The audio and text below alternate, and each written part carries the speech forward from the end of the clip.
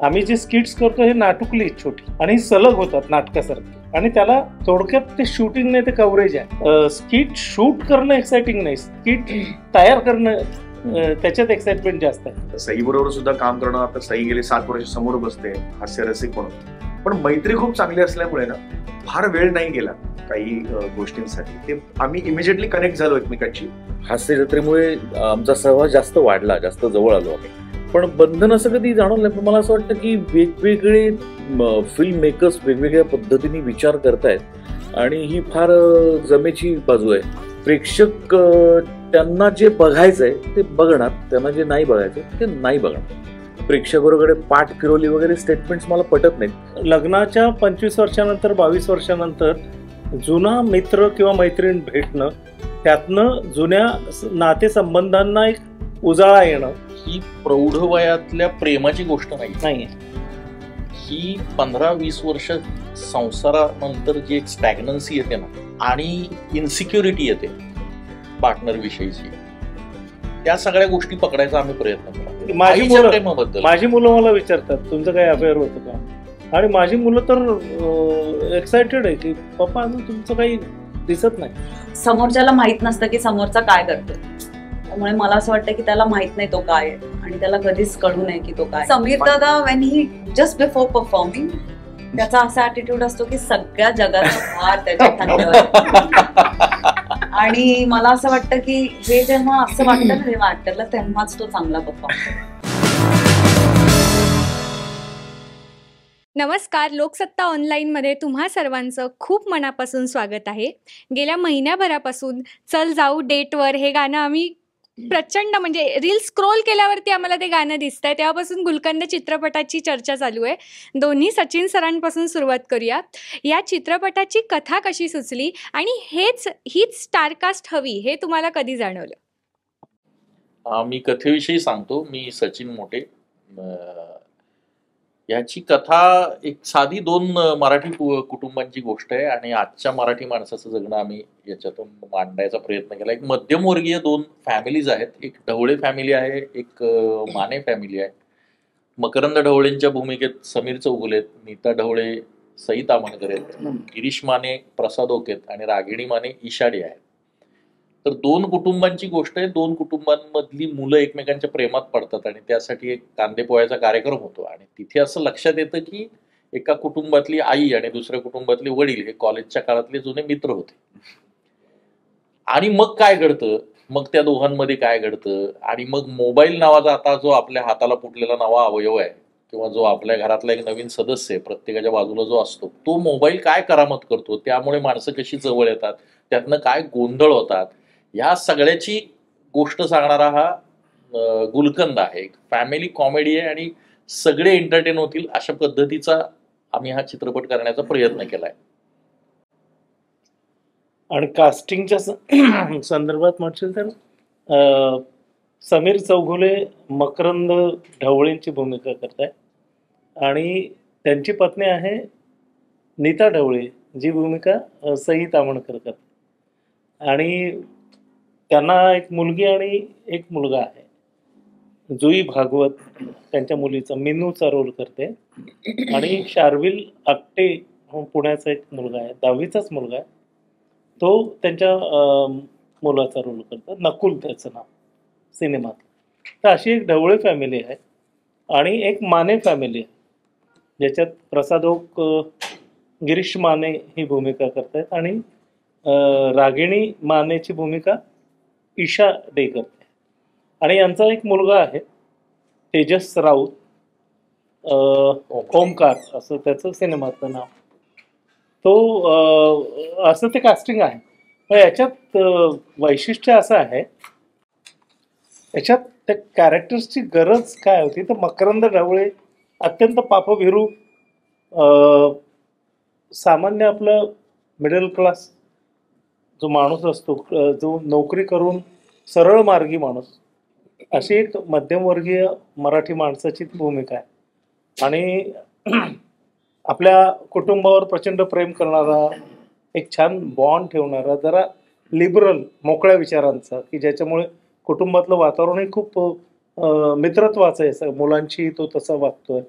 बायकोशी चांगला बॉन्ड आहे, दोघांमध्ये उत्तम संवाद आहे, तर असं ते कॅरेक्टर आहे. त्यामुळे त्या कॅरेक्टरला समीर शिवाय दुसरं कोणी आम्हाला सुरुवातीपासून दिसत नव्हतं. जसं ते त्याचं स्क्रीन प्ले आणि ते तयार झालं तसं तसं समीर त्याला अगदी करेक्ट आहे असं वाटायला लागलं. आणि मग समीर जसा इन झाला तसं समीरच्या अनुषंगानं पण मग ते वर्कआउट व्हायला लागलं. आणि त्याची पत्नी जी जॉब करते, वर्किंग वुमन आहे, पण खूप चांगला बॉन्ड आहे, थोडीशी ॲग्रेसिव्ह आहे, असं एक कॅरेक्टर होतं ते. जे जे सगळी वैशिष्ट्ये सईमध्ये, सई अत्यंत सोज्वळ, गृहिणी आणि तरी एक ॲग्रेशन असलेली, हक्काने त्या कुटुंब प्रमुखाची जागा घेतलेली अशी ती स्त्री आहे. त्यामुळे हे इतकं करेक्ट कास्टिंग त्यावेळी वाटलं होतं.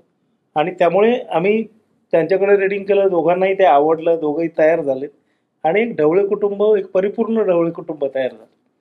मानेच्या बाबतीतही तेच, की प्रसाद जी भूमिका करतोय ती एका अत्यंत ॲग्रेसिव्ह अशा मध्यमवयीन मानेची भूमिका आहे, की जो लँड डिलिंग सारख्या व्यवसायात आहे, की जिथे सतत लोकांशी त्याला इंटरॅक्शन करायचं आहे आणि वेगवेगळ्या प्रकारचे व्यवहार करणारा, खूप ॲग्रेसिव्ह वरवर असा, थोडासा रूढ वाटणारा असा, पण आतनं प्रचंड हळवा असा माने, असं ते कॅरेक्टर आहे.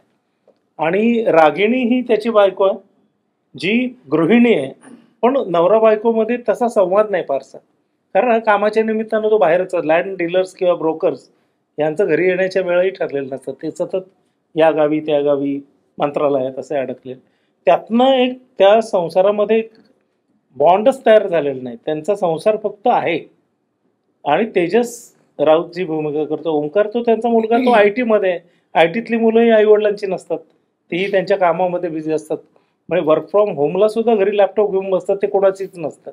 तर अशी एक फॅमिली आहे ही, जी मकरंद ढवळेच्या फॅमिलीच्या अगदी विरुद्ध टोकाचं मध्यमवर्गीय मराठी कुटुंब आहे. आपल्याकडे जी मराठी कुटुंब वेगवेगळी, त्यातल्या ह्या 2 प्रातिनिधिक कुटुंबाची ती गोष्ट होती. त्यामुळे प्रसाद मध्ये ते वैशिष्ट्य आहे की तो अत्यंत हळवा ही वाटतो आणि तसा ॲग्रेसिव्हही वाटतो, असा रुबाबदार, जे आम्ही हास्यजत्रेत नेहमी म्हणतो. तर त्याच्यात खरं आता रुबाबदार, मिश्किल, हळवा असं 2-3 विरुद्ध लागली पाहिजे. ते फार गोड कॅरेक्टर आहे. आणि मुळात ना हे सगळं कॅरेक्टरायझेशन बाह्यंगाचं झालं, आतनं हे सगळे इतके चांगले मित्र आहेत ना, त्यामुळे यांना खूप वर्ष आम्ही सतत काम केल्यामुळे ना, की अरे काही काळाने असं वाटायला लागतं की हेच ते असले पाहिजे, त्याप्रमाणेच ते आखलं जातं. म्हणजे प्रसादचं कॅरेक्टर जेव्हा लिहिणं झालं होतं त्यावेळी प्रसादला विचारायचं या याच्यावरच आम्ही थांबलो होतो, कसं होतं त्याला सांगू. कारण तसं म्हटलं ना तर 4 जणांचा सिनेमा आहे, ज्याच्यात थोडं लेखकाकडनंच ढवळे कुटुंब किंवा रागिणीच्या भूमिकेसाठी जरा जास्तीचं माप आहे. अशा सगळ्या याच्यात, आणि ज्यावेळी धर्मवीर सारखा सिनेमा प्रसादने एक हाती ओढलेला आहे, त्याचे दोन्ही पार्ट, तर अशा वेळी जे स्वाभाविकपणे करिअरचे असे टप्पे असतात की ज्यात मी सोलो लीड असेल तरच करीन, असं कदाचित तो म्हणेल आणि म्हटलं तरी ते वावगं नाही. अशा विचारात असताना एका फेस्टिवल अवॉर्ड फंक्शनला मी सहज म्हटलं, प्रसाद एक सिनेमा करायचा आहे आणि तू करशील? करतो म्हणाला, काहीच प्रॉब्लेम नाही. त्याने काय भूमिका आहे तेही विचारलं आणि मग वाचन झालं. त्याच्यात निश्चितच त्याला 4 चांगल्या जागा दिसल्या. तो म्हणाला की चांगला आहे रे रोल, म्हणजे मला वाटलं होतं तू कॅमिओ सांगशील. तर असं सगळी मैत्री पण आहे आणि त्या कॅरेक्टरला अत्यंत आवश्यक सगळं असलेलं नट आहे. त्यामुळे कास्टिंग करताना हा एवढा तो प्रवास होता. रागिणी मानेचं, रागिणीचं सांगितलंस का तू? ईशाचं जे हास्य जत्रेतलं जे कॅरेक्टर होतं, किंवा पोस्ट ऑफिस उघडे नावाच्या मालिकेत तिने जी व्यक्तिरेखा साकारली होती, ती केळकरबाई फार सुरेख केली. तर त्यामुळे ती त्या व्यक्तिरेखेला करेक्ट आहे असं आम्हाला वाटलं, म्हणून हे सगळी अशा पद्धतीची स्टारकास्ट तयार झाली. दुसरा प्रश्न तुम्हा दोघांनाच, एखादं स्किट 8-10 मिनिटाचं स्किट डिरेक्ट करणं आणि चित्रपट 2 तासाचा डिरेक्ट करणं, यात काही फरक आहे का, किंवा दोन्ही गोष्टी सेमच आहेत? हा म्हणजे असं कॉन्फरन्समध्ये पत्रकार आणि प्रश्न उत्तर आणि फील्डवर जाऊन पत्रकारिता आणि प्रश्न उत्तर याच्यात जो फरक आहे तोच इन हाऊस इनडोअर प्रेझेंटेशन आणि एक्सटेरियर किंवा आउटडोअर प्रेझेंटेशन दोघांमध्ये त्याचं मूळ तेच आहे की बोलतं करायचं. तुमचं जसं असतं पत्रकार बोलतं करतात तसं आम्हाला त्या त्या भूमिकांना बोलतं करायचं आहे दिग्दर्शक म्हणून आणि त्या तुमच्या समोर मांडायच्या आहेत. फक्त दोघांचे फॉर्म खूप वेगळे आहेत. आम्ही जे स्किट्स करतो हे नाटुकली छोटी आणि सलग होतात नाटकासारखे आणि त्याला एकापेक्षा जास्त कॅमेराने म्हणजे 11 कॅमेराने आम्ही शूट करतो. थोडक्यात ते शूटिंग नाही ते कव्हरेज आहे. परफॉर्मन्सचं कव्हरेज आहे. त्याला शूटिंग आपण सवयीने म्हणतो है ना. ॲक्च्युली ते काही त्याचे स्पेसिफिक शॉट्स नाही की आता समीरचा क्लोज घे इकडनं एक 2 शॉट कर किंवा हा कंपोजिट असेल ह्याला ट्रॉलेस असं काही नाही. त्याच्यात जे कव्हर होतं ते त्या त्यावेळी कव्हर होतं आणि ते नंतर एका ऑनलाईन एडिटच्या माध्यमातून ते मांडलं जातं आणि ते तुमच्यापर्यंत येतं. चित्रपट मात्र हा खूप विचार करून त्याच्या प्रत्येक काय म्हणता येईल त्याला दृश्याचे अनेक तुकडे करून नंतर ते सांधून त्याचा एक एकसंधाचा एक दृश्य परिणाम साधायला लागतो जो की वेगळंच आव्हान आहे. म्हणजे ते खूप एक्साइटिंग आहे खरं. जसं स्किट शूट करणं एक्साइटिंग नाही, स्किट तयार करणं त्याच्यात एक्साइटमेंट जास्त आहे की ती गोष्ट कशी असेल ते कसं दिसेल उभं राहिल्यावर.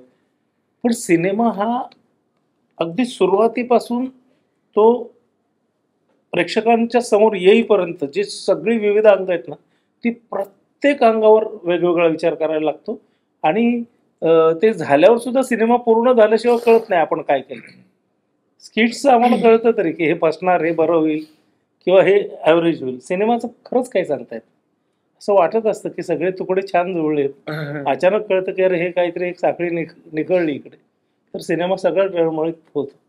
त्यामुळे दोघांची चॅलेंजेस दोघांची कार्यपद्धती वेगळी आहे. अभिनयाचं सुद्धा यांना येणारा तो टास्क वेगळाच आहे दोन्हीकडचा. एक स्किटचा प्रतिसाद असतो तो त्यांना लगेच नाही कळतो. चित्रपटाचा प्रतिसाद म्हणजे चित्रपट नेमका आपल्याकडून कसा झालाय कळतच नाही.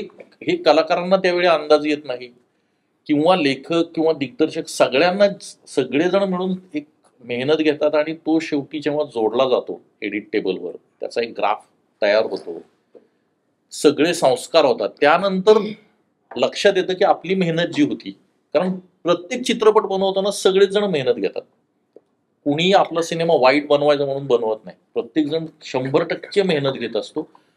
पण चित्रपट हे माध्यम असं आहे की त्याच्यामध्ये एवढी प्रोसेस आहे की ते काय बनलंय हे तुम्हाला त्याचा शेप आल्यावर तुम्हाला लक्षात यायला लागतं की काय आपल्याकडून झालंय. बऱ्याचदा कागदावर ठरलेला सिनेमा असतो तो अत्यंत छान पद्धतीनं ग्रो होत होत होत कागदावर जसा असतो त्याच्या दसपट चांगला होतो आणि कधी कधी हे उलट सुद्धा गोष्टी घडू शकतात. आणि लेखनाबाबतही तसंच आहे सिनेमाच्या की तुम्ही स्किट हे जर तुम्ही 2020 म्हणाल तर ही टेस्ट मॅच असते सिनेमाचं लेखन म्हणजे की स्किटला कसं असतं की तुम्ही धुवाधार बॅटिंग करायची असते. 12 मिनिटात 15 मिनिटात तुम्हाला सगळा विषय त्याच्यातले इकडून तिकडून मिळतील तिथून तुम्हाला जर विनोद करायचे तर तसे विनोद तुम्हाला शोधायचे असतात. इथे ते नसतं. इथे तुम्हाला त्याचा एका टप्प्याटप्प्याने विकास करत न्यायचा असतो. त्याला एक पूर्ण त्याचा एक आलेख ठरवायचा असतो आणि तो आलेख ठरवत त्याच्यातले उतार चढाव तयार करत त्याला एक उत्कर्ष बिंदू आणून त्याला एक शेवटी शेवट आणायचा असतो. हा संपूर्ण ग्राफ जो असतो ना तो चित्रपटामध्ये रचावा लागतो. स्किटलाही ग्राफ असतो पण तो त्या 12 मिनिटासाठीचा असतो. हा पूर्ण 2 तासाचा पट तुम्हाला मांडायचा असतो. त्यामुळे दोन्ही माध्यम पूर्णपणे हेच नाही मालिका घ्या किंवा काही प्रत्येक माध्यम वेगळे आणि त्या प्रत्येक माध्यमाची आव्हानं वेगळी असतात. समीर सर तुमच्यासाठी प्रश्न वयाच्या 51व्या वर्षी तुम्हाला हिरोची भूमिका मिळाली आणि थेट सईसोबत आणि त्यात अजून एक म्हणजे आपल्याला परीक्षण करणारी व्यक्तीसोबत तुम्ही चित्रपटात काम करताय तर याविषयी कसा अनुभव होता तुमचा? नाही खूप छान होता अनुभव माझा आणि नायकाची भूमिका करायला मिळेल हा प्रत्येक कलाकाराचं स्वप्न असतं की कधीतरी असा एखादा रोल आपल्याला मिळावा आणि तो असं काही वयाच्या 51 वर्ष म्हणून मला काही असं काही हे नाही आहे त्याचं, कारण आजपर्यंत काम करत आलो, त्याचा आनंद घेत आलो. पण आनंदही नक्कीच आहे त्याचा, की आज म्हणजे 51 वय झालंय माझं आणि आज नायकाची भूमिका मला मिळालेली आहे. कदाचित अनेक वेळेला मला असं वाटून गेलं की लेट मिळाली का वगैरे, असा अनेक प्रश्नही मध्ये आता मुलाखतीत विचारले गेले मला, पण तसं मला काही वाटत नाही. पण आनंद आहे, खूप समाधानी आहे आणि मला आवडेल असा रोल तो मिळालेला आहे. हा जो मकरंद ढवळे तो मी खूप रिलेट करतो स्वतःला त्याच्याशी आणि बऱ्यापैकी मी आहे तसा असं मला वाटतं. त्यामुळे त्या भूमिकेचा सोल पकडणं मला खूप सोपं गेलं थोडंसं. आणि तुम्ही आता जसं म्हणालात की तुमचं परीक्षण करणारी मंडळी आजूबाजूला असताना, म्हणजे गोस्वामी सर आहेत, मोठे सर आहेत, आणि त्यामुळे मला हे माहिती होतं की मी काहीही वेगळं केलं किंवा काहीही चुकीचं केलं की मला सांगणारी मंडळी आहेत. त्यामुळे मग असं असताना ना तुम्ही खूप मनसोक्त काम करू शकता, तुम्हाला जसं पाहिजे तसं काम करू शकता. तर त्यामुळे एक ते फ्रीडम होतं माझ्याकडे. आणि सगळ्यात महत्वाचं म्हणजे ना, हा संपूर्ण जो पट आहे ना, तो आमच्या ओळखीचा आहे, कलाकार ओळखीचे आहेत, सगळेच ओळखीचे असल्यामुळे ना खूप एक मोकळेपणा होतं पहिल्या दिवसापासून. आता सई बरोबर सुद्धा काम करणं, आता सई गेले 7 वर्ष समोर बसते हास्यरसिक म्हणून, पण मैत्री खूप चांगली असल्यामुळे ना फार वेळ नाही गेला काही गोष्टींसाठी. ते आम्ही इमिजिएटली कनेक्ट झालो एकमेकांशी आणि लगेच शूटिंग फार सुरळीत सुरू झालं. त्यामुळे ओव्हरऑल फार छान वातावरण होतं आमचं. ईशा, तुला आहे हा प्रश्न. तुझा पहिलाच चित्रपट आहे, त्यात मध्यवर्ती भूमिका आहे, तर भूमिकेबद्दल काय सांगशील आणि भूमिका साकारताना कोणत्या एका गोष्टीची तू जास्त काळजी घेतलीस आणि या सगळ्या तुझ्या सहकलाकारांबरोबर काम करण्याचा, स्पेशली प्रसाद सरांबरोबर काम करण्याचा काय अनुभव होता, कारण ते तुझ्या अपोजिट आहे? पहिली फिल्म त्यामुळे खूप स्पेशलच होती. त्यात मोठे सर, गोस्वामी सर, प्रचंड आवडणारी माणसं सिनेमा करतायत, हीच एक कमाल गोष्ट होती. त्यात मला काम करायला मिळतंय हे अजून कमाल होतं. आणि मग नंतर हे असे सगळे एक्सपिरियन्स्ड आणि हुशार नट सगळे एकत्र, त्यामुळे त्या सगळ्यांमध्ये खरं तर मी सगळ्यात ज्युनियर, सगळ्यात कमी एक्सपिरियन्स्ड होते. पण ते मोठे आहेत खरंच, कारण का त्यांनी मला ते एकदाही जाणव दिलं नाही, म्हणजे इन अ गुड वे, की त्यांनी मला खूप, म्हणजे कारण कॉमेडी करताना तुम्ही खूप सगळे गार्ड्स डाऊन करून असणं खूप महत्वाचं आहे. काही मनामध्ये असं ठेवलं ना की अरे बापरे बापरे प्रसाद दादा, हे मनात आलं तर मला मोकळेपणे काम करणं खूप कठीण गेलं असतं. आणि तो त्याचा ग्रेटनेस आहे, किंवा ह्याचा सईचा, जास्त माझे या दोघांबरोबरच सीन्स आहेत, त्यामुळे त्यांनी ते इतकं मला कम्फर्टेबल करून दिलं. आणि ऑफकोर्स हे 2 गुरुजी होतेच सगळं वातावरण छान ठेवायला. म्हणजे प्रसाद दादा, मला आठवतं की एक बाल्कनीमधला सीन होता आणि खूप कमी जागा होती तिकडे, आणि त्याचा क्लोज झाला होता आणि माझ्या क्लोजला खरं तर त्याचा पॅकअप झाला होता आणि रात्री खूप असं 1 वगैरे वाजला होता आणि लवकर, म्हणजे खूप वेळ झालं होतं, 12 तासाच्या वर काम झालं होतं. पण तरीही तो सगळा सेटअप होईपर्यंत माझ्या क्लोजचा तो थांबला. तिथे जागा नसताना बाल्कनीमध्ये कॅमेराच्या मागे असा वगैरे असं उभं राहून मला लुक, पण मला त्यांनी बाजूने डायलॉग्स दिले तर मला लुक गडबड नको व्हायला म्हणून तिथे जागा नसताना तो थांबून मला क्यूज देत होता. तर ते खूप कमाल जेस्चर होतं आणि it meant a lot to me, कारण का त्याला ते कळलं, त्याला जुनं त्याचं आठवलं असेल मे बी, काय माहिती, की आत्ता ती पहिल्यांदा करते ना, तर तिला सपोर्ट करणं गरजेचं आहे. It meant a lot to me. दिग्दर्शक असल्यामुळे त्याला नटाची अवस्था राईट, त्याला माहिती आहे आणि की दोन्ही बाजू दोन्ही आहेत. बाजू. तर ते असं खूप छोटे छोटे जेस्चर्स किंवा मस्ती करणं, काहीतरी खेचणं, म्हणजे असं मध्येच बिस्किट माझ्यासाठी मागवणं वगैरे. आता खरं तर नको होतं बिस्किट, पण त्याने मुद्दामून सांगितलं गेला बिस्किट. आणि फक्त मागवलं नाही, त्यांनी माझ्या मांडीत ठेवलं पण एक बिस्किट. डिश आली तेव्हा इथे होती आणि सरकून ती इथे आणली समोर. म्हणजे आता कॅमेऱ्यात काय दिसेल, आमची बिस्किट एक ठिकाणी आणि मी पण थोडं मागे गेलो. आणि ते हे सगळं मस्करी वाटत असली ना, तरी आय एम शुअर की सईने पण तसंच ह्याला कम्फर्टेबल केलं आणि ह्याने पण या मस्करीमध्ये प्रसाद ओकवरनं जाणं, प्रसादाला नको ना, हे होतं. आणि त्याच्यामुळे कामात कम्फर्ट येतो, त्याच्यामुळे मस्करी करत राहा. थँक्यू. आणि समीर दादा बरोबर मी हास्यजत्रेत काम करत असल्यामुळे खूप कम्फर्ट होता त्याच्याबरोबर. आणि मला जिथे जिथे असं प्रेशर फील होत होतं की बापरे होत नाहीये, म्हणजे सरांना जे हवंय ते माझ्याकडनं मिळतच नाहीये असं वाटतंय वगैरे, असं अशा मोमेंट्स ना दादा असायचं की 1 मिनिट, तुला तुला कळलंय का त्यांनी काय सांगितलं, नसेल कळलं तर थांब आणि अजून एकदा विचार, पण काय नाही, होईल होईल, करूया, मी आहे ना, करूया. तर हे सगळं हा सपोर्ट होता. तर त्यामुळे रागिणी माने आणि इतकं इंटरेस्टिंग कॅरेक्टर आहे आणि ते लिखाणातच एवढं इंटरेस्टिंग आहे, एवढं लेयर्ड आहे की मला असं वाटतं मेजरली मला खूप वेळा ती फिल्म वाचूनच मला रागिणी हळूहळू सापडायला लागली होती असं वाटलं. आणि त्यांनी इतकं सुंदर समजावलेलं होतं सगळं, किंवा ह्यांचं ह्युमन नेचरवरती इतका कमाल अभ्यास आहे की हलके हलके तिचे ट्रेट्स वगैरे सर करता करता सांगायचे. काल मला काही लोकांनी खूप एक बेसिक असं हे केलं की ते असं वाल्या सीनला मंगळसूत्र असं धरलंय, तर मला वाटतं तुम्ही तिथे सांगितलेलं, अरे मंगळसूत्र असं धर ना, काहीतरी खराब होईल ना. तर असे इतके बारीक बारीक बारीक नॅचरली ज्या होतात त्या गोष्टी सरांनी इतक्या ऑन द स्पॉट ऍड केल्या होत्या. तसं ते होलसम झालंय सगळं कॅरेक्टर पण आणि ह्या सगळ्यांबरोबर काम करण्याचा एक्सपिरियन्स पण. तर मला खूप असं काहीतरी कमावल्यासारखं वाटतंय गुलकंद करून.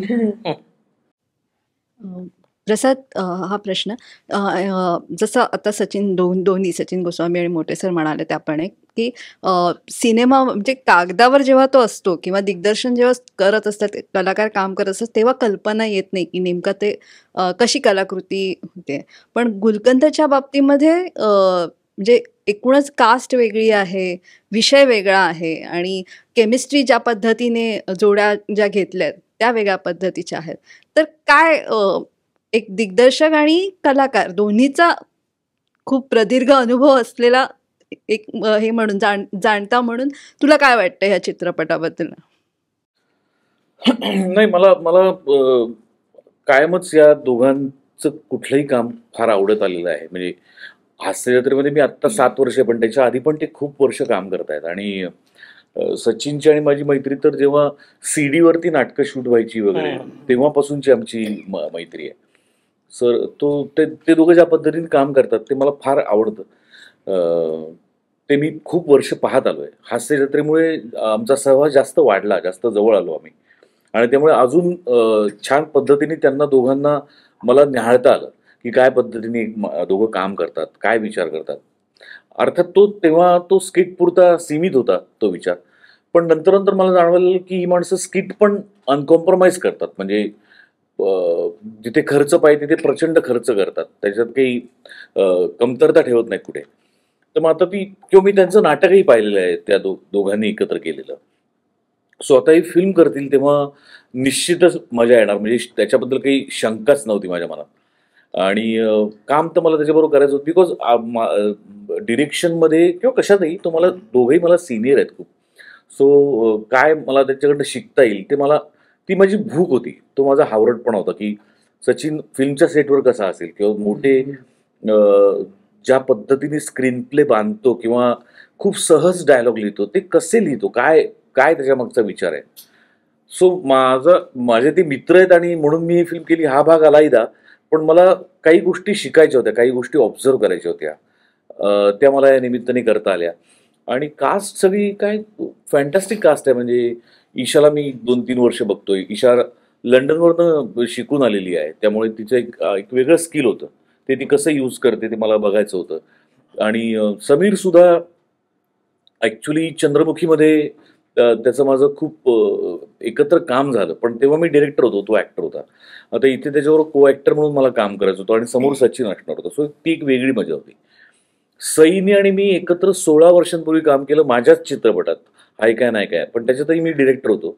पण तरी आम्ही पेअरच होतो, पण खूप वर्षांनी सईबरोबर काम करायला मिळणार होतं. सो ओव्हरऑल सगळंच पॅकेज भयंकर इंटरेस्टिंग होतं. सो ज्याची मजा येणारच होती आणि ती ऑब्व्हियसली आली. ती अख्खी प्रोसेस फार एन्जॉयबल होती माझ्यासाठी. अजून एक या निमित्ताने प्रश्न विचारावा असं वाटतो, कारण प्रेमकथा आहे आणि लग्नानंतर एक वेगळ्या पद्धतीने ते वळण येतं प्रेमाच्या गोष्टीला. तर मुळात आपल्याकडे प्रेमकथांचे एक पॅटर्न ठरून गेले होते. मधल्या काळामध्ये तर फक्त चरित्रपट, ऐतिहासिक पट, विनोदी चित्रपट एवढेच आपण पाहिलेले. त्याच्या आधी म्हणजे प्रेमाची गोष्ट, सिरियस नोटवर प्रेमाची गोष्ट आला होता. तुमचे जे विनोदी चित्रपट होते त्याच्यात पण दोघात तिसरा अशा पद्धतीचं होतं. तर मला असं वाटतं की आत्ताच्या काळानुसार तुम्हाला स्वातंत्र्य पण आहे. म्हणजे तुम्ही स्वतः आता कलाकार, म्हणजे एक टप्पा हे करून दिग्दर्शनात आहात, लेखनात आहात. तर कुठेतरी एक प्रकारे ॲडल्ट कॉमेडी म्हणता किंवा ॲडल्ट प्रेमकथासुद्धा दाखवताना पुन्हा पुन्हा मराठी प्रेक्षक किंवा कौटुंबिक मनोरंजनच असायला हवं ह्याचं दडपण असतं का, किंवा ह्याचं एक बंधन असतं का? कारण ते सतत जाणवतं की चित्रपटामध्ये ह्याच्यापेक्षा अजून काहीतरी छान पाहता आलं असतं, पण ते नाही मिळत. नाही, असं काही बंधन मला तरी वाटत नाही किंवा मला जाणवत नाही, किंवा असलंच तर ते आपल्याकडच्या सेन्सॉरचं बंधन आहे. आणि म्हणजे आता सेन्सॉरबद्दल काय बोलायचं मला, म्हणजे सगळ्या विनोदी विषय आहे तो खरं तर. पण एनिवे, पण बंधन असं कधी जाणवलं नाही. पण मला असं वाटतं की वेगवेगळे फिल्म मेकर्स वेगवेगळ्या पद्धतीने विचार करतायत आणि ही फार जमेची बाजू आहे. आज मी तिला म्हणजे आज तू बघितलंस तर आजच म्हणजे 1 मेलाच इतके चित्रपट येत आहेत. गुलकंद येतोय, आता थांबायचं नाही येतोय, मागच्या आठवड्यात देव माणूस आला, झापूक झुपूक आला, त्याच्या मागच्या आठवड्यात माझाच आला, सुशीला सुजित, त्याच दिवशी मुक्ताई पण आला. सो 15 दिवसाचा स्पॅन बघितला तर इतक्या व्हरायटी ऑफ फिल्म्स 6-7 मेकर्सनी केल्यात. सो विषयांची कमतरता आपल्याकडे आहे का? अजिबात नाही. मेकर्सची कमतरता आहे का? अजिबात नाही. प्रेक्षक त्यांना जे बघायचंय ते बघणार, त्यांना जे नाही बघायचं ते नाही बघणार. सो प्रेक्षकांनी प्रेक्षकाकडे पाठ फिरवली वगैरे स्टेटमेंट्स मला पटत नाहीत. कारण मला असं वाटतं की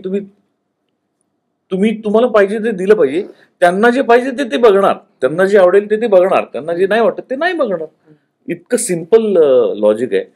त्यामुळे मला असं वाटतं की चांगले दिवस आहेत. जर सचिन मोटे आणि सचिन गोस्वामी सारख्या माणसांना इतक्या वर्षानंतर मराठी चित्रपट करावासा वाटतोय तर तिथे काहीतरी आशा आहे म्हणूनच वाटतोय ना. आज आम्ही त्यांच्या पुढे सगळे नवे होतो. मी असेल किंवा विजू असेल, रवी असेल, आम्ही त्यांच्यापेक्षा ज्युनियर होत. पण नवे नाही आहे ते, खरंच आहे. नवे म्हणजे ज्युनियर. अरे नाही, आम्हाला म्हातारा नाही माझ्या आधी मुंबईत आलाय. किंवा ही जोडी चित्रपट करते म्हणल्यानंतर संजय छाबरे यांसारख्या एका भक्कम निर्मात्याला पुढे येऊन या फिल्मला सपोर्ट करा असं वाटतो. Which is a very good sign in a way. So काही चित्रपट पडतात, काही चालतात, पण ते आपण तेवढ्याच स्पोर्टिंगली स्वीकारलं पाहिजे आणि प्रत्येक प्रोजेक्ट गणित आपल्याला काय वेगळं देता येईल याचा विचार करत राहिला पाहिजे, जो मी तरी प्रामाणिकपणे करतोय.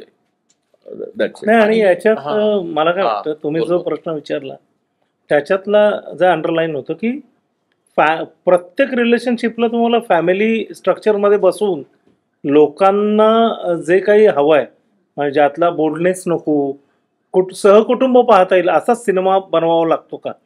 तर तसं बंधन नाही आहे. पण कधी कधी काय होतं की मेकर रिलेशनशिपचा वेगवेगळा विचार पण करतो. म्हणजे जसा आमचा सिनेमा आहे, हा सिनेमा काय आहे तर लग्नाच्या 25 वर्षानंतर 22 वर्षानंतर जुना मित्र किंवा मैत्रीण भेटणं, त्यातनं जुन्या नातेसंबंधांना एक उजाळा येणं, हे इतकं नॅचरल आहे आजच्या स्टेजला. आज मोबाईलमुळे, रियुनियनमुळे तुमची वय तशी कमी आहेत, त्यामुळे तुम्हाला त्याचा अंदाज 20 वर्षांनी येईल. आम्ही त्या फेजमधली मंडळी आहोत. तर याच्यामुळे ना खूप जुने मित्रमैत्रिणी भेटत आहेत. हा आजच्या सामाजिक जडणघडणमधल्या नव्याने उभा राहिलेला प्रश्न आहे.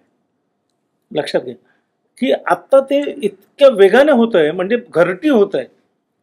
आता रियुनियन घरटी चालले आहेत, कारण अचानक 10वीचे मित्रमैत्रिणी, 11वीचे मित्रमैत्रिणी, आणि त्या काळात निसर्गतः जी काही तुमची वृत्ती आहे किंवा नैसर्गिकपणे तुम्ही ज्या भावभावना व्यक्त करायच्या राहिल्या आहेत किंवा व्यक्त केल्या आहेत आणि त्या सामाजिक बंधनांमुळे त्याला मूर्त स्वरूप आलेलं नाही, अशा सगळ्या घटनांना पुन्हा उजाळा मिळतो. आणि अशा वेळी मेकर वेगवेगळ्या पद्धतीने विचार करतो.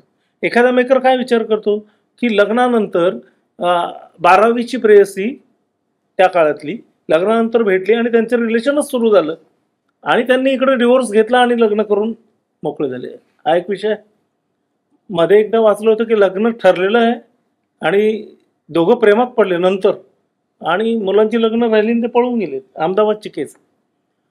म्हणजे काय की रियुनियन झाल्यानंतर ते नातं एका वेगवेगळ्या पद्धतीनं सध्या याच्यात येतं, मूर्त स्वरूपात येतं. आम्ही त्याचा काय विचार केला मेकर म्हणून की यातले खूप शेड्स आहेत. त्यातला एक बोल्डनेस पण आहे. म्हणजे ते अत्यंत बोल्डली त्यांचं रिलेशनशिप सुरू झालं कुटुंबापासून लपवून, असंही होऊ शकतं. पण आम्हाला त्यातनं मांडायचं काय होतं की असे प्रसंग तुमच्या आयुष्यात आता वारंवार येणार आहे, तर तुम्ही तुमचं कुटुंब म्हणून ह्या आव्हानाला आता तोंड द्यायला तयार राहा. कारण प्रत्येक वेळी काय तुम्ही सगळी कौटुंबिक स्टेटस तोडून नव्याने संसार उभा करण्याच्या फेजमध्ये नाहीच आहात. नसतातच, कॉम्प्लिकेशन्सच येतात, घुसमटच राहते. त्यापेक्षा त्याला खूप चांगल्या पद्धतीने स्वीकारा आणि एक चांगलं मित्र व्हा. तुमचा सांसारिक बॉन्ड तसाच ठेवा. कारण शेवटी ती काय असते त्याची मनस्थिती, द्विधा मनस्थिती काय होते, त्या काळातलं प्रेम आणि 20-22 वर्षाची कॅम्पेनियनशिप की ज्याच्यात त्याग आहे, सगळे हळवे क्षण आहेत, एकमेकांना सांभाळे क्षण, मग तो डायलेमा फार त्रासदायक आहे. तर अशा वेळी त्या कपलचं काय होईल हे मांडणारे काही जण आहेत आणि आम्ही त्या कपलला सोडून त्यांच्या पार्टनर्सचं काय होईल हे मांडलं याच्यात. त्यामुळे याचा कॅनव्हासच वेगळा आहे.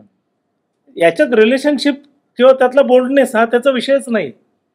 एक मित्र भेटल्यानंतर दोन कुटुंबांमध्ये काय होतं आणि त्यांच्या पार्टनर्सचं नेमकं काय होतं आणि मग त्यांचं एक स्वप्नरंजन आहे त्याच्यात आणि वास्तवात ते आलेले मित्र कशा पद्धतीनं त्या नातेसंबंधाला रिॲक्ट करतायत, अशा दोन लेयर्सवर चालणारी ही गोष्ट आहे. आणि म्हणून ती कुटुंबाची गोष्ट आहे. म्हणजे तुम्ही जे म्हणाला की प्रत्येकाला कौटुंबिक याचं दडपण आहे का, नाही, ही या सिनेमाची गरजच आहे आणि हीच या सिनेमाची गोष्ट आहे. म्हणूनच याला आम्ही फॅमिली कॉमेडी म्हटलं. नाही तर जर बोल्डली हा विषय मांडायचा असताना तर आम्ही बोल्डलीच मांडला असता. जसं प्रसादने पण एक सिनेमा केला होता, खूप मोकळेपणानं ते सगळं मांडलं की अनेक जण मांडतात, तसं काही नाही आणि प्रेक्षक त्याला आवडेल ते बघतोच. मला तेच म्हणायचं होतं की ही प्रौढ वयातल्या प्रेमाची गोष्ट नाही.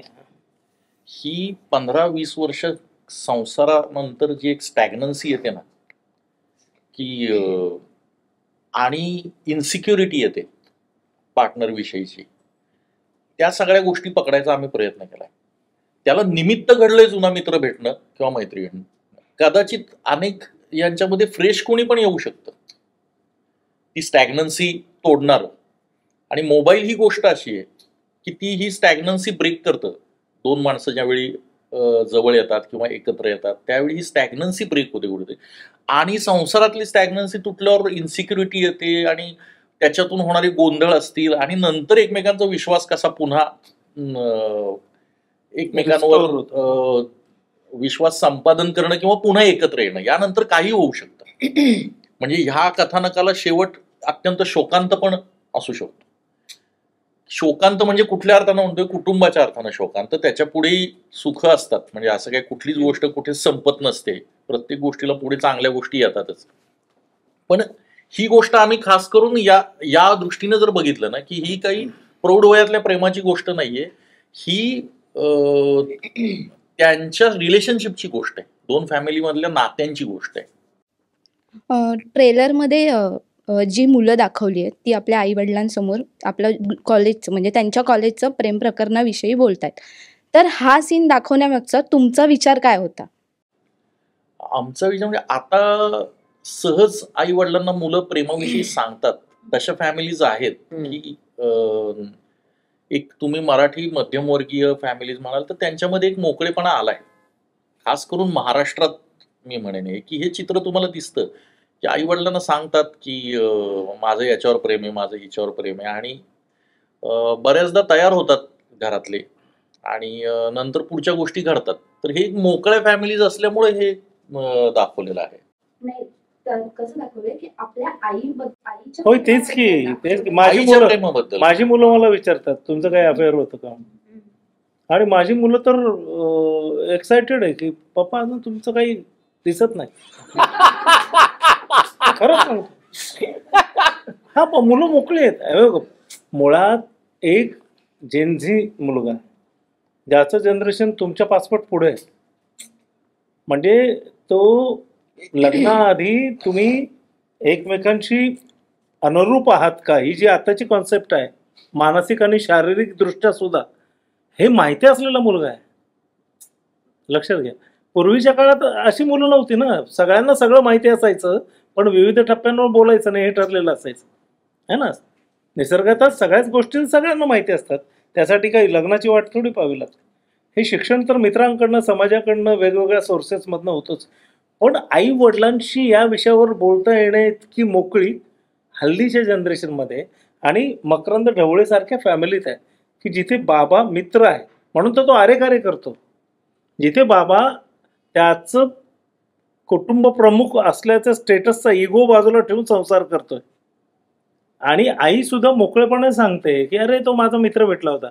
मग तो सुद्धा सांगतो की ती माझी मैत्रीण भेटली होती. मग मुलं चिडवतात, मग मैत्रीण तिचं नाव काढलं तुमच्या गालावर ना, एक अशी लाली येते हा पप्पा. मग गपरे आई म्हणते नाही बोलू नको त्या मैत्रिणीविषयी बाबा, बाबा जातो स्वप्नात, असं वगैरे आई चिडवते. अशा कित्येक फॅमिलीज आहेत आणि त्या फॅमिली आमचा सिनेमाचा विषय असलेच पाहिजेत ना जर त्या आजच्या आहेत. त्यामुळे ती एक फॅमिली आहे आणि तिचा कॉन्ट्रास्ट आहे ही दुसरी फॅमिली. सिनेमात एक गोष्ट मांडली त्यावेळी तिचा कॉन्ट्रास्ट जास्त अंडरलाईन व्हावा म्हणून ही मोकळी फॅमिली, दुसरीकडे संवाद नसलेली फॅमिली. आणि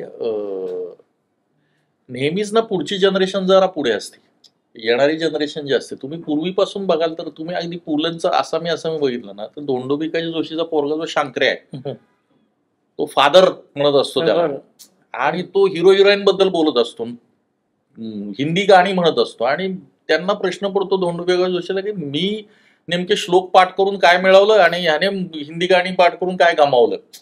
तर ना पुढचे जरा मोकळीक असते, काही गोष्टींमध्ये पुढे जात असतात. तसे आजचे जेनझीज तर तुम्ही विचारू नका की ते मला आता डिप्रेशन येते, मी आता ट्रॉमात जाते वगैरे असे सहज म्हणतात ते. त्यांना बरं नेटमुळे ते सगळं त्यांना पटकन ऍक्सेसिबल झालं ना. त्यासाठी पूर्वी मित्रांची गरज होती. मित्र पण तू संध्याकाळी भेट, मग काहीतरी आण खायला, मग मी तुला शांतपणे सांगतो आणि तुला एक छोटं पुस्तक देतो, ते वडिलांपासून लपव, असं शिक्षणाच्या पद्धतीत आहे. आता त्याची गरज नाही. आता तुम्हाला नेटवर ते 5 मिनिटात सगळं शोधून काढतात. सई, तुला हा प्रश्न आहे की ज्या पद्धतीने दोघंही बोलतायत आणि म्हणजे ट्रेलरमधनं तर ते दिसतच आहे, तर अशा पद्धतीची स्क्रिप्ट जी खूप मोकळी आहे आणि आत्ताच्या काळाच्या अनुषंगाने त्यांनी जसं म्हटलं की कुठल्याही जनरेशनचं त्यांनी काही लपवलेलं नाही आहे, तर ते जे आहे त्या पद्धतीने ती कथा खुलवली आहे. तर अशा प्रकारची पटकथा करायला मिळणं आणि मग तुझी व्यक्तिरेखा आणि ढवळे फॅमिलीमध्ये तुझं जसं कॅरेक्टर, एकूणच कुटुंब, तर त्याबद्दल तुला काय वाटतं? मोकळं ढाकळं काहीही हे माझा आवडता विषय आहे, कारण मी माणूस म्हणून तशी आहे. आणि मला असं वाटतं की जेव्हा हे मेकर्स एकत्र येतात तेव्हा मला 100% माहिती आहे की the approach will be positive,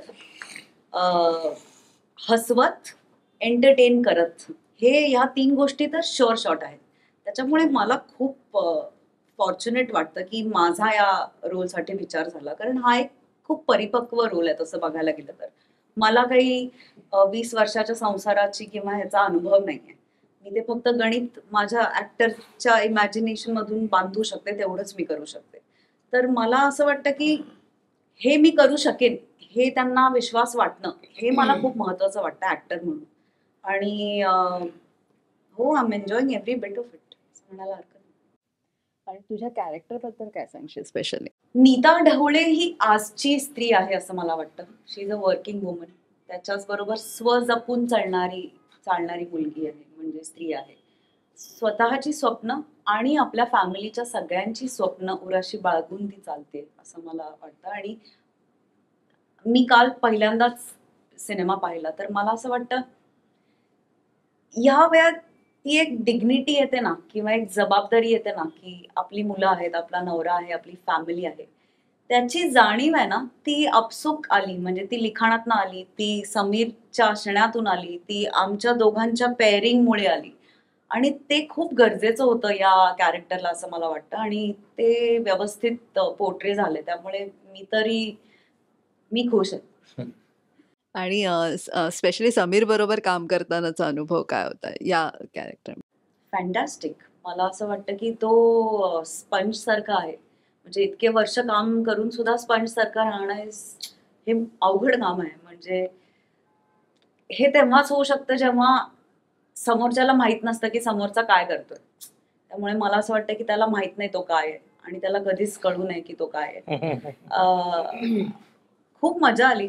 खूप सिन्सिअर आहे समीर दादा, आणि खूप विनम्र आहे. म्हणजे त्याच्यातला एक गुण जर मला घ्यायचा असेल तर ती विनम्रता आहे. म्हणजे आज तो फक्त भारतात नाही तर अख्ख्या जगात लोकांच्या मनावर राज्य करतोय. आम्ही परवा एका ठिकाणी गेलो होतो, सगळ्यात जास्त टाळ्या शिट्ट्या समायला पडल्या, आणि म्हणजे याच्यावरून तुम्हाला कळेल. पण हे असून सुद्धा तो तेवढाच अजून शिकायला उत्सुक आहे, ऐकायला उत्सुक आहे, इनपुट्स घ्यायला उत्सुक आहे. मला असं वाटतं की ही स्टेज आणि हे असं असणं हे खूप रेअर कॉम्बिनेशन, आणि ते त्याच्याकडे आहे. जेव्हा तुम्हा दोघांना कळलं की तुमची पेअर आहे, तर तुमची पहिली रिॲक्शन काय होती? म्हणजे दोघांनी पण सांगा. मला मज्जा आली. म्हणजे हा हो का असं झालं.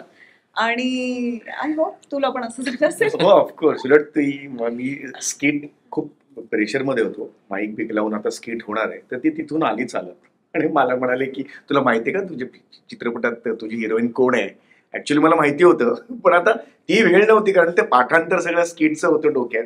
आणि मग आम्ही नंतर बोललो, तर तिला जेव्हा कळलं त्याच्या आधी एक दिवसच मला कळलेलं होतं.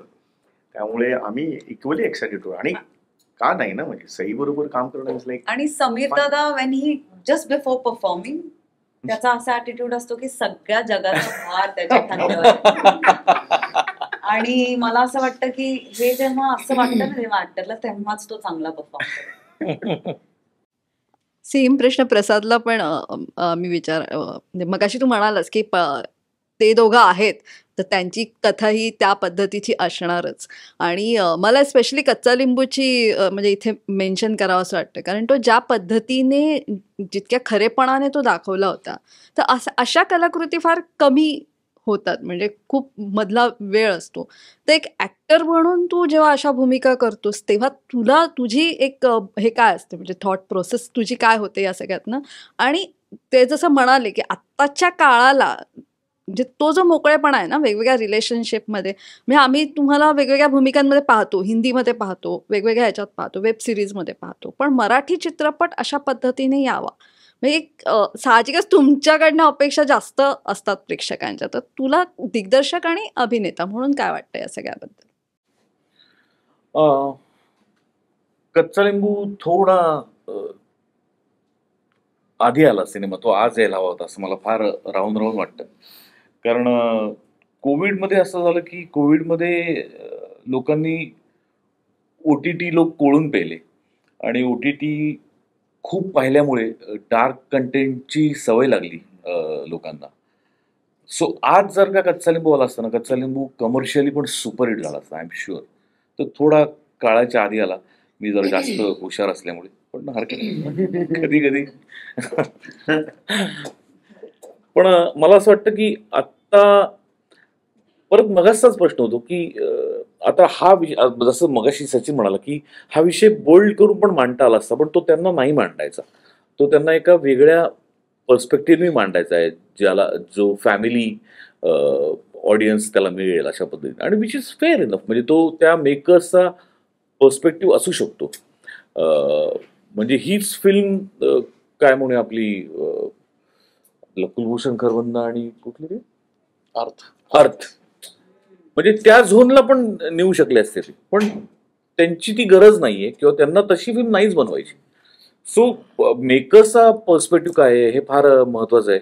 कुठला निर्माता कुठल्या मेकर्सच्या काय म्हणूया कन्व्हिक्शनला पाठबळ देतोय ते पण फार महत्वाचं आहे. म्हणून मी मगाशी मुद्दामून छाबरी यांचा उल्लेख केला की छाबरियासारखा निर्माता त्यांनी फिल्म केल्या आहेत आधी, पण त्यांच्या फिल्म मेकिंगमध्ये सुद्धा खूप मोठी गॅप गेली. असं असताना सुद्धा जर का छाबरियासारखा निर्माता मोठे गोस्वामींच्या बरोबर उभा राहतोय म्हणजे काहीतरी गंमत आहे या फिल्ममध्ये डेफिनेटली. कारण फायनली छाबरिया हा फार हुशार निर्माता आहे, त्यांना बिझनेसची जाण आहे. असा निर्माता जेव्हा एखाद्या चित्रपटाला पाठबळ देतो, पाठिंबा देतो, तेव्हा काहीतरी तर आहे त्या चित्रपटात नक्की. पण मी असा विचार करतो जेव्हा मी ऍक्टर म्हणून काम करतो की काय आवडलं आपल्याला या सिनेमातलं. या सिनेमात मी तो विचार केला नाही, कारण मला मुळात हे दोघं खूप आवडतात.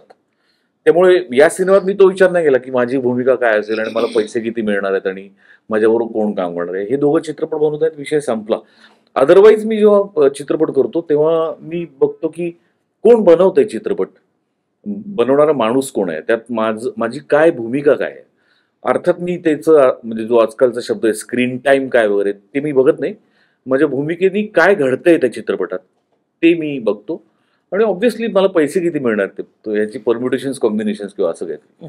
आणि एक्झॅक्टली मी जेव्हा डिरेक्टर म्हणून काम करतो तेव्हा माझ्या ऍक्टर्सच्या या सगळ्या गरजा भागणार आहेत का, त्याची उत्तर मी देऊ शकणार आहेत का, असा मी विचार करतो. की समजा मी सईला का, सई खूप पैसे घेते तर तेवढे पैसे मला देता येणार आहेत का जेव्हा मी जेव्हा डिरेक्ट करीन तेव्हा. तर त्याचा मी विचार करतो की माझं पॅकेज काय असेल. आत्ता मला स्वप्नील जोशी आणि सोनाली कुलकर्णीला घेऊन सिनेमा बनवणं परवडणार आहे, तर मग मी तो बनवतो. छोटा सिनेमा आहे पण ऍक्टर्स मोठे आहेत, 2च असले तरी. पण मला जेव्हा ऑन्सेंबल बनवायचा आहे एखादा दुनियादारीसारखा किंवा दुराळासारखा, तेव्हा मी विचार करतो की किती कास्ट आहे माझी आणि माझ्या निर्मात्याला ते परवडणार आहे का. सो अनेक अनेक गोष्टी आहेत ऍक्टर म्हणून काम करताना विचार करण्याच्या आणि डिरेक्टर म्हणून काम करताना विचार करण्याच्या. मी एक गोष्ट पाळतो की मी जेव्हा ऍक्टर म्हणून काम करतो तेव्हा माझ्यातलं डिरेक्टर त्याच्यात डोकवत नाही. आणि ते पण सांगतील की मी त्याच्यात इंटरफिअर नाही करत की मला असं वाटतं हा शॉट असा घ्यायला पाहिजे वगैरे. मी माझी अक्कल नाही तिकडे लावत. त्याला असं वाटतं ना हा शॉट असा घ्यावा, मी त्याला पाहिजे तसं काम करतो. हेच एक्झॅक्टली मी जेव्हा डिरेक्टर म्हणून काम करतो तेव्हा मला कोणी सांगायला नाही यायचं की हा शॉट असा घे, तो मी ठरवला मी असाच घेणार. तुझं काम मी सांगेन तसं काम करणं आहे. सो जे मी दिग्दर्शक म्हणून मला अभिप्रेत असतं तेच मी काम करताना माझ्याकडून त्या दिग्दर्शकाला अभिप्रेत असणार हा विचार ठेवूनच मी दोन्हीकडे काम करतो. सो त्याचा गोंधळ होत नाही कधी फारसा आणि मजा येते मला दोन्हीकडे काम करताना. आता मगाशी तुम्ही उल्लेख केला त्याप्रमाणे आता 15 दिवसामध्ये खूप मराठी सिनेमे प्रदर्शित होत आहेत, तर प्रेक्षकांना सुद्धा भरपूर चॉईसेस आहेत समोर की आम्ही नेमकं कोणत्या चित्रपटाला जावं. तर एक कलाकार म्हणून तुम्ही याकडे कसं पाहता की बॅक टू बॅक सिनेमे रिलीज होत आहेत, जर हे काही अंतराने वगैरे रिलीज झाले असते तर कदाचित जास्त एक्सपोजर मिळालं असतं. येस, मी सगळ्यापासून हाच विचार करते. मी आज 1-2 प्रोड्युसर्सना हा पर्सनली मेसेज पण केलाय की producers need to unite and they need to decide की हे लांबेल किंवा ह्याच्यामध्ये एवढी गॅप असेल. हे जोपर्यंत होणार नाही तोपर्यंत हे थांबणार नाही. आणि मला असं वाटतं हे आता करायला पाहिजे, नाहीतर डोक्यावरून पाणी जाईल. म्हणजे कोणीतरी याची सुरुवात करायला पाहिजे आणि डेस्परेटली करायला पाहिजे. खूप गरज आहे.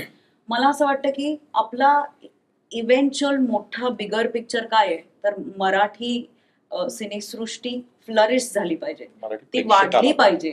प्रेक्षक आले आणि प्रेक्षक येतात. सगळं खापर प्रेक्षकांवर नाही फोडायचं. इट इज रॉंग असं मला वाटतं.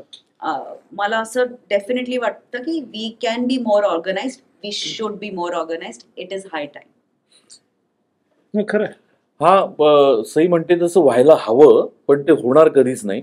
कारण प्रत्येक निर्मात्याला असं वाटणार की आता समजा 1 मे आहे तर गोल्डन डेट आहे, तर माझा सिनेमा या दिवशी यायला हवा. मी माझ्या सिनेमावरती एवढा खर्च केलाय, माझ्या सिनेमामध्ये एवढी मोठी कास्ट आहे, आता मी प्रोडक्शनवर एवढे पैसे खर्च केले, ते जर मला वसूल करायचे असतील तर मला पण 1 मेलाच यायला पाहिजे.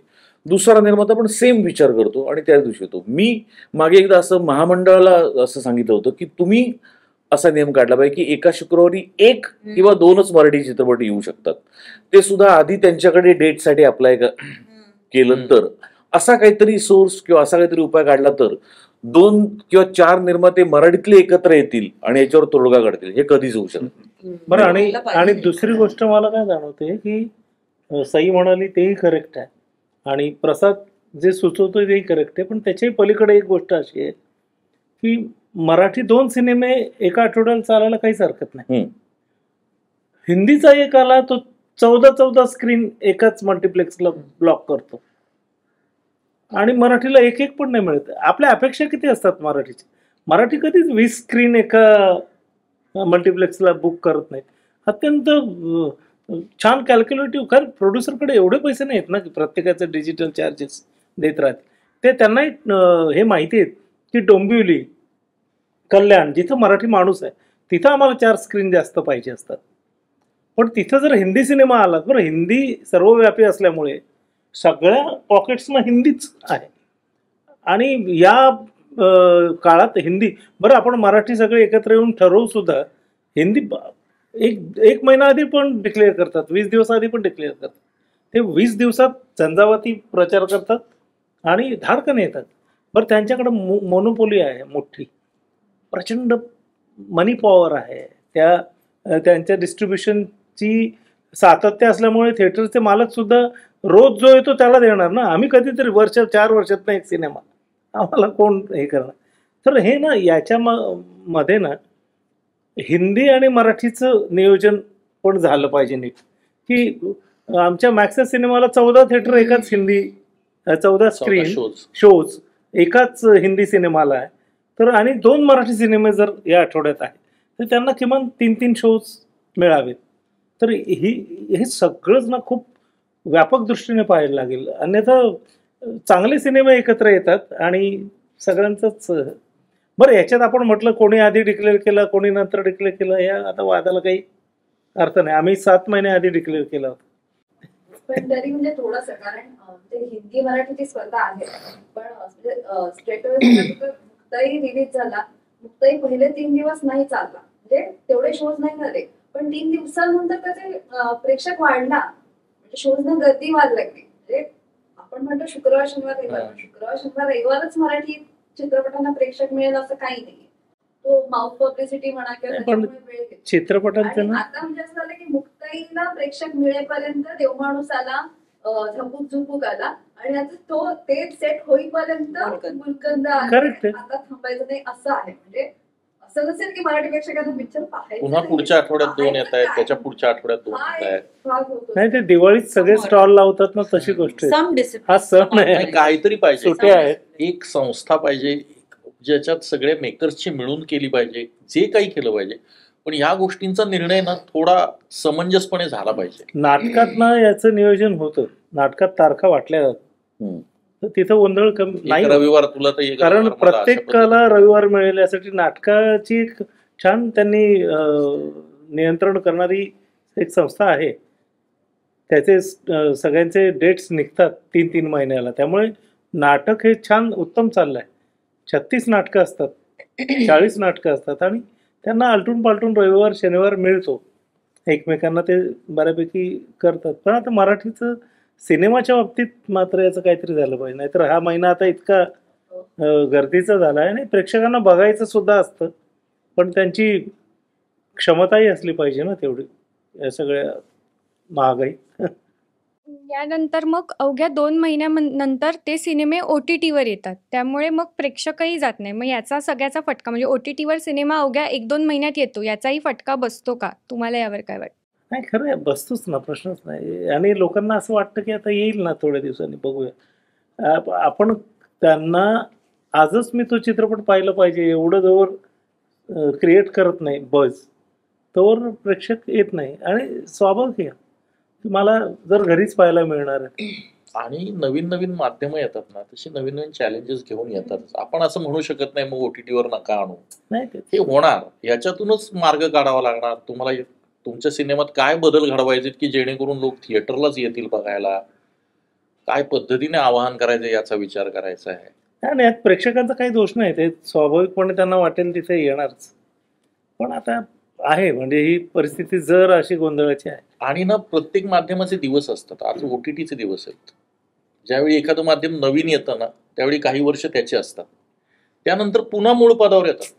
काही वर्षांपूर्वी टेलिव्हिजनमुळे सिनेमा मरेल असं म्हणत होते. नाटक पण नाही झालं नाटक तसं. नाही चालणार असं नाटक वाटलं. मरेल म्हणत होते पण नाही मिळलं ना. कोरोना नंतर नाटकाचं काय होईल असं वाटलं. आज सगळ्यात चांगलं नाटक हो. चाललंय, सगळ्यात चांगलं नाटक. एकेकाळी रेडिओचं काय होणार प्रश्न पडला होता, पण FM नंतर असं झालं की इतकी सगळी रेडिओ चॅनल्स चांगली झाली. त्यामुळे चॅलेंजेस तर येणार आणि आणि यातूनच पुढे जावं लागेल. काही ठिकाणी ना, म्हणजे मी असं ऐकलं ते, मला कन्फर्म माहिती नाही, पण ते आयडियल हे आहे की साऊथला की कुठेतरी मी असं ऐकलंय की रिव्ह्यूजना पण त्यांनी एक आठवडा ठेवलाय सगळ्यांनी मिळून भाषा प्रोजेक्ट होण्यासाठी, की मी आठवड्यानंतरच रिव्ह्यूज त्याचे देईन. त्याला फार ऑर्गॅनिक ग्रोथ मिळू द्या सिनेमाला. पहिलं प्रेक्षकांना रिव्ह्यू कळू- देणाऱ्यांना मत बनवतात. आज माझी परिस्थिती अशी आहे की मी 40,000 महिना कमवणारा कुटुंब प्रमुख आहे. माझ्याकडे 3-4 जणांचं पोट आहे. अशात मला 1200 रुपये खर्च करायचे चौघांना घेऊन. त्यात जर एकही रिव्ह्यू त्यांनी वाचला ना, बरं इतका बेजबाबदारपणे आपल्याकडे रिव्ह्यू होतात ना, म्हणजे त्याला काही हे नाही आहे, रिस्पॉन्सिबिलिटी नाही, आणि वेगवेगळ्या माध्यमातून पटकन येतं, तर त्याच्यानेही प्रेक्षक थोडा डायसेस. त्याचे जर काही नियोजन झालं ना की एक 4 दिवसानंतर रिव्ह्यू येईल आणि बूस्ट मिळेल तर फरक पडेल. प्रेक्षक review देतात. हा, आता प्रेक्षकांनी द्यावा, तो प्रामाणिक Social media फिरेल. वर सुरू होतो. तो बाहेर पडल्या नाही तेच आता ना, ते हातात राहिलेलं नाही. त्यामुळे सगळेच समीक्षक कुणीही आहेत. उठून आता व्हिडिओ बनवून टाकू शकतो सिनेमाविषयी. या सगळ्याला जोडून एक थोडं विचारायचं.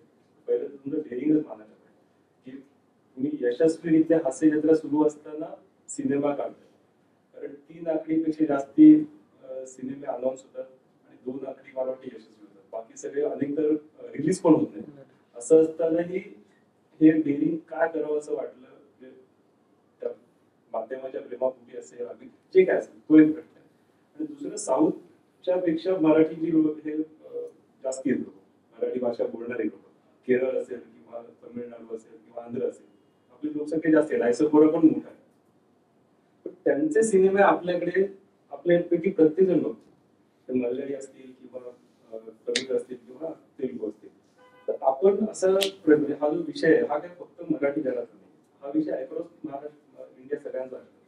तर मग आपण असे जाणीवपूर्वक प्रयत्न करतो का की आपला सिनेमा केरळमध्ये, भले तो OTT वरच बघितला जाईल, तो केरळमध्ये बघितला जाईल, इतर भाषांमध्ये बघितलं जाईल, पण डबच्या माध्यमात असेल तर सबच्या माध्यमात असेल. तर या दृष्टीने ह्या 2 गोष्टी मग नाही, तुमचा दुसरा जो जे सजेशन आहे अर्थात ती खरंच चांगली आहे, आणि ते आपण मेकर्सने करायला खरंच काय हरकत नाही, नाही. ते डब झालेच पाहिजेत. डब मराठी करून सिनेमा आपण सुद्धा टाकले पाहिजे तिथे. साऊथ इंडियन कारण हळूहळू त्यांनाही आपल्या कल्चर विषयीचे सवय लावायला पाहिजे. उत्सुकता, आणि ही कोरोना काळात लागलेली सवय ना आपल्याकडे, विपुल पाहणं झालं लोकांचं. साऊथ पण जे येईल ते पाहायचे त्यावेळी टीव्हीवर, त्यामुळे त्यातनं मग ती चॉईस तयार झाली. आणि पहिला जो प्रश्न आहे तुमचा की तुम्ही एवढं छान चाललेलं असताना, ते छान चाललं होतं म्हणूनच धैर्य झालं. कसं आहे, निर्मात्याला म्हणजे हा सिनेमा वेटकर प्रोडक्शन, आम्ही आधी पैसे टाकून बनवला आणि मग सरांनी संजयजी इन झाले त्यात. त्यामुळे पहिल्यांदा पैसा टाकण्याचं धैर्य हास्य जत्रेमुळेच आलं किंवा प्रोडक्शन हाऊसमुळेच आलं. त्या 2-3 गोष्टी, एक तर गरजा कमी आहेत आमच्या, त्यामुळे पैसा उरतोय आणि तो आणि पॅशन आहे, सिनेमा करावा असं वाटतो प्रत्येकाला या फील्डमधल्या. आणि मग असं वाटतं की ठीक आहे ना, पण हा समजा या सगळ्या परिस्थितीमध्ये समजा गेलाच हातात ना, तर काय होईल होऊन. पण आहे ते चालेल. आपले काही अगदीच काही घर विकून आम्ही सिनेमा नाही केलेला, ते आहे त्यात उर्वरित पैशात केलेला सिनेमा आहे. पण त्याचे पैसे परत मिळावे अशी अपेक्षा आहेच, नो डाऊट असलीच पाहिजे, तर दुसरा बळ येईल. आणि मला विचाराल तर चित्रपट या माध्यमावर ना त्याच्याविषयीचं आकर्षण खूप आहे लहानपणापासूनच. मला जरी मी टीव्ही करत असलो, जरी मी नाटक करत असलो, सगळं तरी ना ते जे रजतपटावर 2.25 तास 2.5 तास जाऊन काहीतरी एक मंत्रमुग्ध होऊन बघायचं, तर तसं आपल्या निर्मिती संस्थेनं करावं अशी एक आमची खूप इच्छा होती. आणि मागे आम्ही काही सिनेमे करताना एक अनुभव आला होता ना की खूप बजेटमुळे ना खूप तडजोड करावी लागते. म्हणजे आणि मग जो सिनेमा तयार होतो ना, अरे हे मला करायचं नव्हतं यार, इथे थोडंसं हे केलं असतं. तर आता करायचं तर असा करू ना की ज्यावेळी आपण टेन्शन नको घ्यायला, की ह्यालाही त्यावेळी टेन्शन नव्हतं. आम्ही पार्टनर असल्यामुळे ना की अरे एक रात्र वाढली काय, उद्या तर आपल्या आवाक्यात आहे ना, आपण तोपर्यंत करतोय ना, तर ते आपण करूया. तर हे एक जरा लिबर्टी हवी होती, म्हणूनच आम्ही थांबून जरा चित्रपट केला. आणि दुसरं मला साऊथचं म्हणायचं होतं ना, की त्याचा विचार खरंच मराठी मेकर्सने खरंच गांभीर्यानं केला पाहिजे, की आमच्या सहित सगळ्यांनी केला पाहिजे, की का मराठी प्रेक्षक मल्याळी सिनेमे बघतो सगळे जाऊन, आणि तोच प्रेक्षक OTTवर आज मराठी वेबसिरीज येत नाहीत जास्त, खूप कमी येतात. म्हणजे सोनी लिव्ह करत असेल फार तर, सोनी लिव्ह सोडून मला नाही वाटत कुठलंच मराठी वेबसिरीज आणतायत. हे का होत नाही ना, जसं सई मगाशी म्हणाली ना, की सिनेमे याच्याबाबत जसा विचार केला पाहिजे, की एका वेळी अनेक सिनेमे येत आहेत, तसंच मेकर्सनी हाही विचार केला पाहिजे, की आपल्या कॉन्टेंटचा नेमकी आता काय दिशा असली पाहिजे. आणि सुचवायचं मेन कारण काय की मराठी सिनेमा किती कोटीत बनणार, त्याला किती कोटी तुमचं इन्कम मिळाला खूप कन्स्टंट आहे. राजामौलीसारखं आपल्याकडे अजून हा जो पर्याय आहे ना, याच्यातून तुमची इकोसिस्टम तयार होते, की तुम्हाला जर नेटफ्लिक्सवरती तुमचे 10 भाषातले लोक मराठी वेबसिरीज बघतायत, तर automatically Netflix will pay you more than what you get in Marathi. आता 10 वर्षांनी 5 वर्षांनी सक्सेस. थोडं वेगळं मी सांगू का उत्तर, म्हणजे मला जे खूप वेगळ्या प्रकारे वाटतं, की महाराष्ट्राला चेहरा उरलेला नाहीये. महाराष्ट्राला सध्या एक चेहराच राहिलेला नाही. पूर्वी महाराष्ट्राला एक चेहरा होता, त्यामुळे एक गाव 12 भानगडी मुंबईतही चालायचा, आणि राहत्यात पण चालायचा, आणि डबेवाडीत पण चालायचा.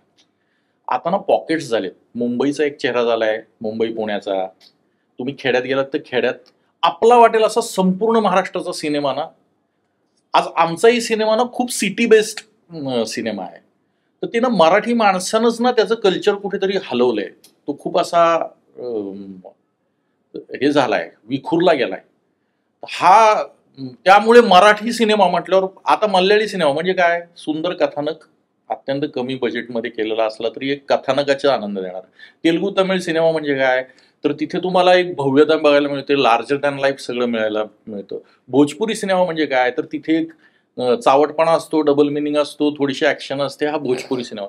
मराठी सिनेमा म्हणजे काय आजचा, असं विचारल्यावर ना तुम्हाला पटकन सांगता येत नाही, तर ऐतिहासिक का हा का हा का हा. कारण महाराष्ट्रालाच आता मला वाटतं असं काही एक कॅरेक्टर नाहीये जे राजा परांजपेंच्या वेळी होतं, जे सचिन महेश कोठार यांच्या वेळी होतं.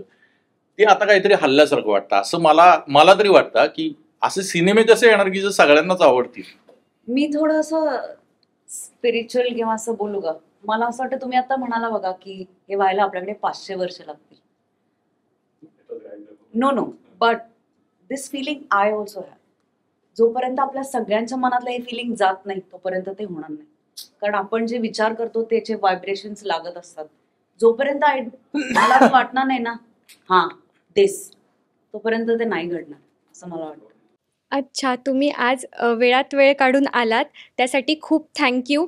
आणि 1 मेला गुलकंद प्रदर्शित होतोय. आमच्या संपूर्ण लोकसत्ता टीमकडून तुम्हाला चित्रपटासाठी खूप साऱ्या शुभेच्छा. धन्यवाद. Thank you so much. पहा गुलकंद आणि सगळं नक्की बघा.